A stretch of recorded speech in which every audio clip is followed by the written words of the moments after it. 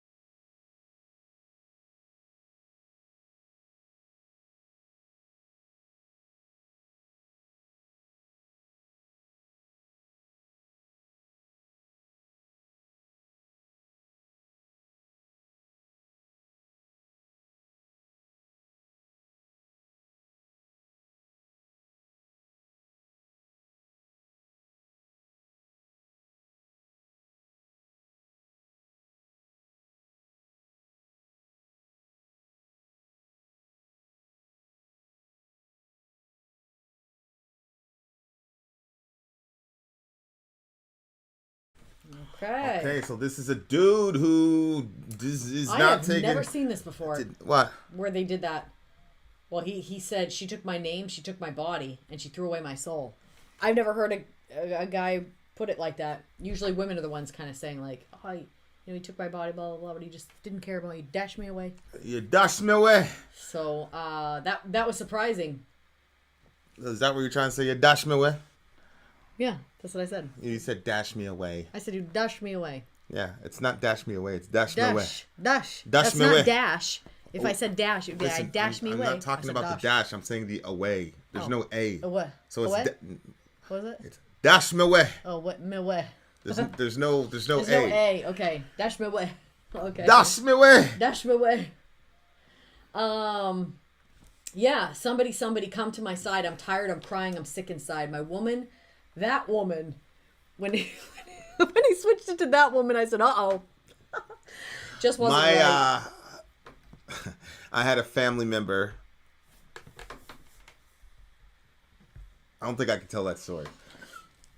I can tell you offline, but I can't. You shouldn't have said I had a family member. You should have said I Somebody- knew this friend. Somebody. Yeah, I can't do it. I can't do it. Okay.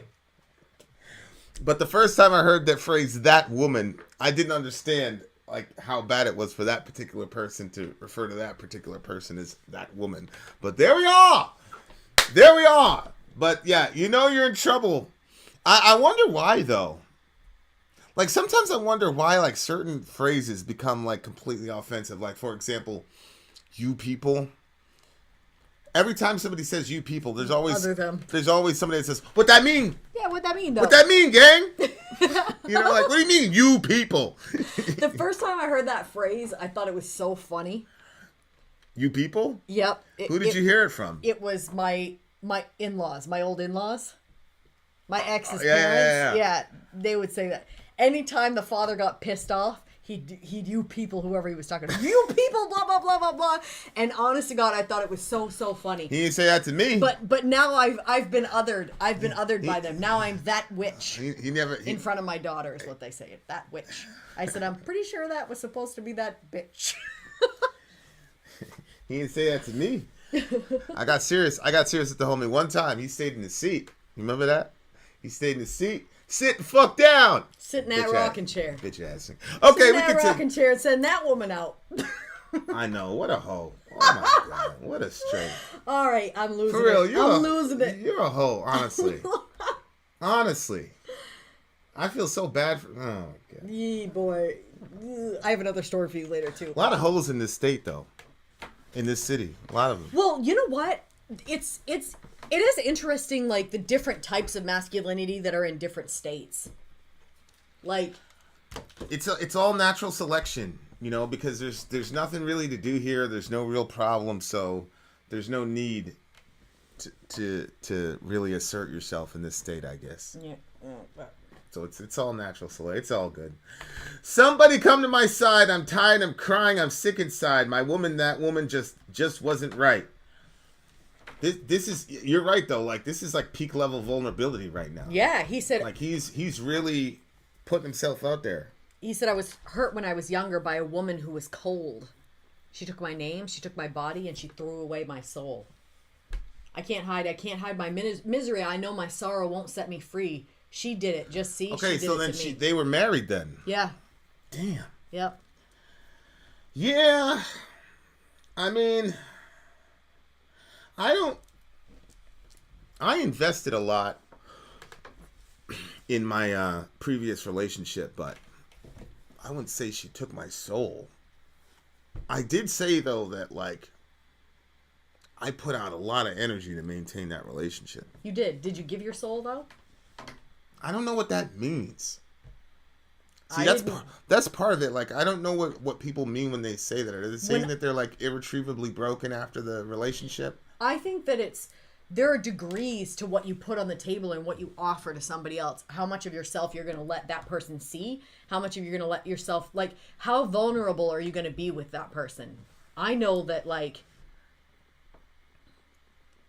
if the level of vulnerability, let's say it's 90 out of 100 is what I have with you, then I only ever went to 20 or 25 before. I've never ever done like this.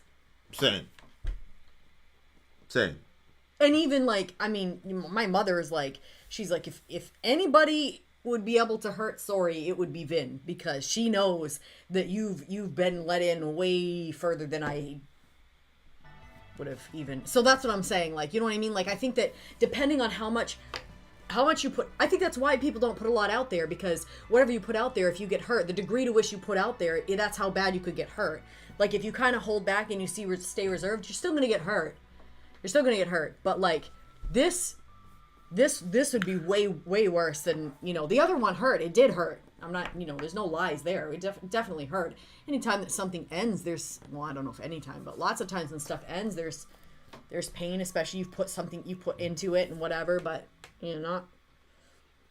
And to me, it sounds like that he put a lot out there. This dude is super healthy though. To put it out, to say it like this, honestly. Well, he's saying, "Help me now, please, my friend. I never felt so bad before. Yeah.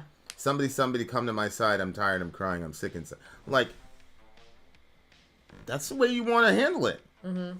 You know, like, and this is where like the whole toxic masculinity conversation like gets like, you know, like this is important. Like this right here is really important, and this is something that a lot of men don't do. They, you know, but you know, in school, we were horrible about this. Like you could not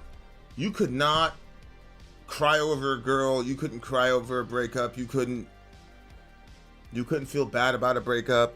And you know, in my little subculture, It's so unnatural. I'd say that probably was mostly my fault in the little subculture I was in, because I was perceived as an influence, whatever. And if things didn't work out with a girl, like I literally just didn't talk about it. We were just on to the next one. So, and I, for the most part, really didn't care. I genuinely didn't. I had other friends that cared, and I was confused by that. So it created this weird, I'd be like, yo, what's wrong with you? But they were looking at it, I was saying like, what's wrong with you? Like making fun of them. But in reality, it was just more like, why is this affecting you like this? Look how many girls are in the school. She's not even that pretty, bro. But he was a lot more emotionally developed than I was. I think he was putting more of his emotion in it. He was more developed emotionally. I was obviously stunted emotionally from the experiences that I had up till then. He had bad experiences too, but he never let that. Oh my God, that's so sad. He never let that, you know, screw him up. He was always able to kind of like hold his heart out there. Oh, I never put the two of those together. But I think I created a really toxic subculture actually, where like the way that we were all handling our relationships with females was horrible. And I'm not saying that like, I mean, we were young kids in a school with a bunch of girls, and all of us had just like, we were at the height of our pubescent powers, you know. We were 14, 15, 16 years old. And the girls were listening to all that, you know, Lil' Kim and all that, so they were trying to go for it too, you know what I mean? It's not like they were sideline victims in the situation. They were willing participants, but they didn't realize the fallout of that. I don't think. None of us did. Yeah. None of us did. But yeah, it was so it's weird to see something like this, because there's no like reference, there's no song like this in rap. Yeah, that's what I'm saying. I've never seen this before. So like that, like yeah, you know, so it's like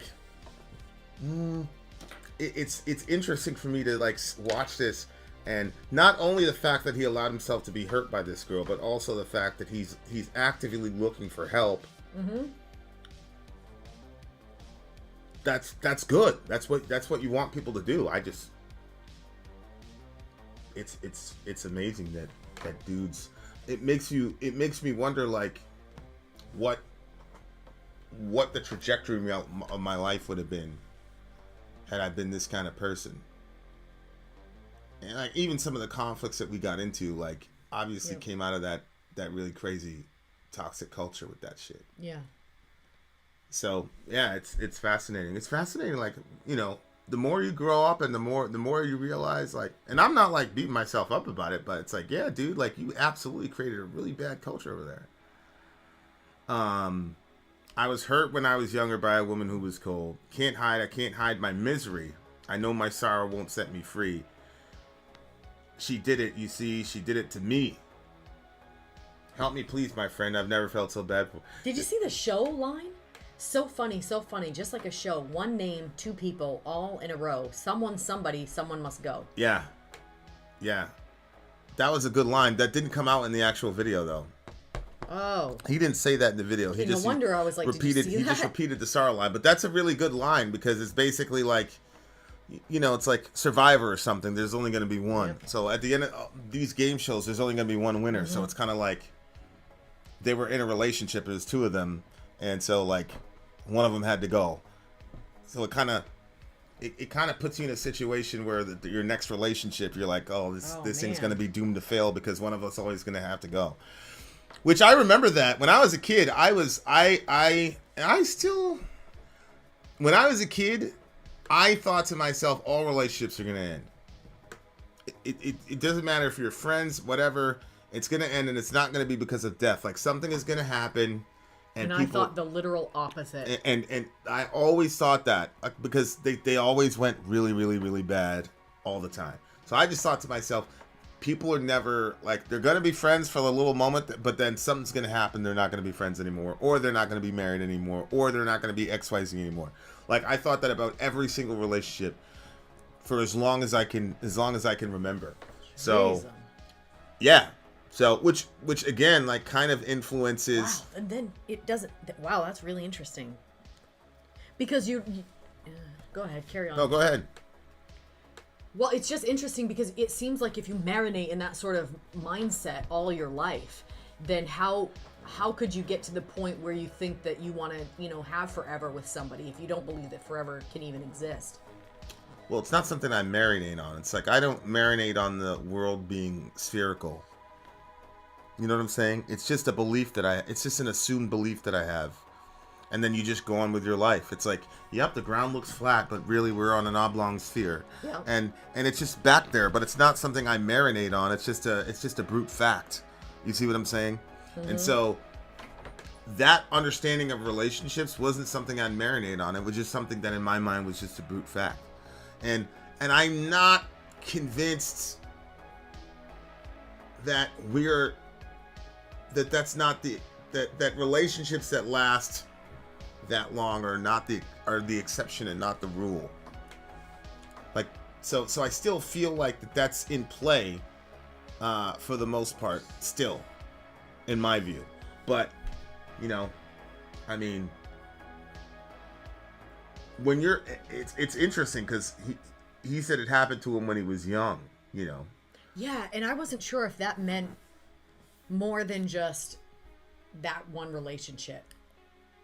Well, he said when he was young, it was a woman by a woman who was cold. Right, but so I don't know if it was maybe she was a bit older than him. See what I'm saying? The dynamic sounds like a little bit of cradle rocking energy. Or it could be the naivete, like he was naive at the beginning, and she might have been, more like, for a woman to be cold, it's usually because they've had experiences that made them cold. So maybe that's why he says, I was younger, she was a woman. Like, well, I think dudes are like that too. Dudes aren't just like ontologically cold. I think a lot of that has to do with, your experiences. Whether you're cold or not cold has to do with your experiences as when you're growing up. Yeah. So, but I'm just looking at these lyrics like, what? I appreciate the vulnerability. Me give my heart to a woman, not for nothing, never happen. I'll be forever macking. Heart cold like assassins. I got no passion. I got no patience, and I hate waiting. Get your ass in. Just so like. That's what I was listening. That's what I was coming up with. You know what I'm saying? Yeah. Like that's what I was coming up with. Like as a kid, like seeing this shit on TV. I'm like, oh okay. Yeah. So I don't know. So like it's really cool to be able to see that and be like, yo, okay. And I'm glad. I see you. With I'm glad that there are people in the world that have friends like that and like grew up with friendships like that. Like, and I could have had friendships like that because like my best friend was like he was an emotional dude or whatever. You know what I'm saying? Like he'd kill you, but he was a very emotional guy. You know what I'm saying? So I could have had that kind of relationship. It's just not something that it's not something like I would like to go back in time and have that relationship. Like I have no interest in it. It's just one of those things where I was like, I could have related to that way, but you know, kind of weird.